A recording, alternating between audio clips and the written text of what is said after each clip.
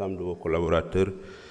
Monsieur le ministre, maa ngi lay féliciter. Ce matin, j'ai eu l'opportunité de participer à l'ouverture du salon des marchés du tourisme africain. Je pense que c'est une excellente initiative.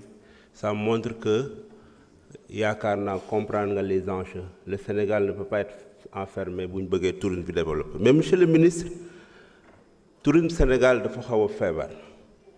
Je peux citer 3 contraintes. C'est le financement et la compétitivité. Les partenaires financiers ne sont pas enclins à financer le tourisme parce qu'il n'est pas rentable.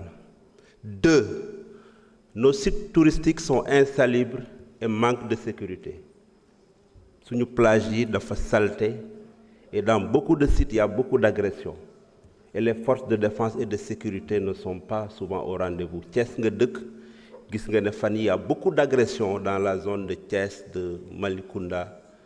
Muy wone ne sécurité bi war nañ ko yokk. Mais bi ci des ci 3e contrainte bi mooy la cherté à cause des taxes aéroportuaires. La destination Sénégal est trop chère. Kon la décision d'instaurer le visa pour la destination Sénégal risque d'être une contrainte supplémentaire. Ma bëgg ngeen xoolaat ko bu baax parce qu'il y a beaucoup de pays yoo xam ne ils l'ont essayé, ils ont rebroussé chemin. Monsieur le ministre, dans le domaine culturel, boo demee Mbour, kankurang vraiment dafa am solo.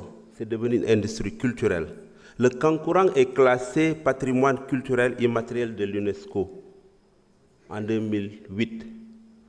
Mais boo demee Mbour ñi yore lël yi dañu commencé am ay jafe-jafe parce que ku jóg rek bëgg a ubbi kankurang te ñiy sos kankurang buñ ko daan ubbi sax dañuy dem ba Casamance laaj seen dignitaire mandeng yi ñu autoriser leen. Ma bëgg nga xool avec le ministre de l'Intérieur ba bu kenn jógati rek ubbi kankurang. Ça a été banalisé te loolu baaxul te dafa indi ay affrontement yu graw yoo xam ne ñi dëkk Mbour xam nañ ko li may wax. Bi ci des artisanat. L'artisanat au Sénégal compte 150 métiers. Elle emploie 600 000 personnes de l'informel. Alors qu'il n'est pas organisé, il n'est pas encadré, il n'est pas accompagné. Et je pense que vous devrez prendre des zones pilotes comme Ngaye Mékhé, Ngaye et Célèbre, ñëpp d'accord nañu.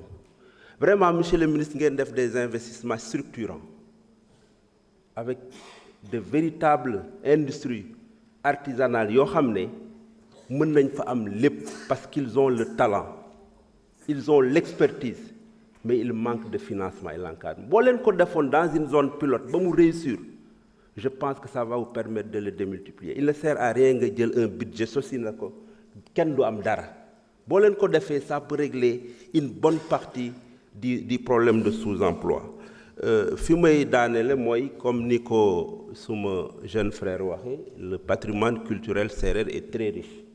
Maa ngi plaider sañu mbokk mandeng yi alors que bu ma sañoon le ndut, le mbot, le wong, tout ce qui est culture sérère, vraiment ñu gën ko revaloriser.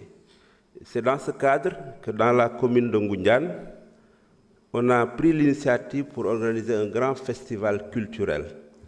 Après le défilé du 4 avril, on veut prendre tout ce week-end pour faire un grand festival culturel. Ñoo bokk Thiès, bëgg naa nga jàpp ci bu baax a baax.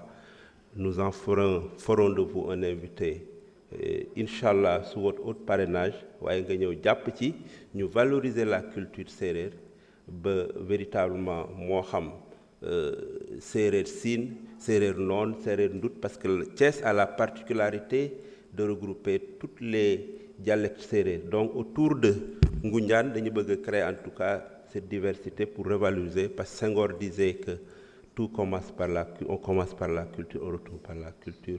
La culture est la base du développement. Maa ngi lay féliciter, di l'encourager. Vous êtes dans un secteur extrêmement important et je pense que les gens qui vous ont mis là-bas, les autorités, les plus hautes autorités, xam nañ votre engagement. Yàlla na la yàlla jàppale ba nga réussir. Merci beaucoup. Jërëjëf honorable Mbaye Dione. Honorable Djimo Souaré, mën ngaa jël kàddu. honorable Mohamed Ayib Salim Daffé mën ngaa ñëw jël kàddu.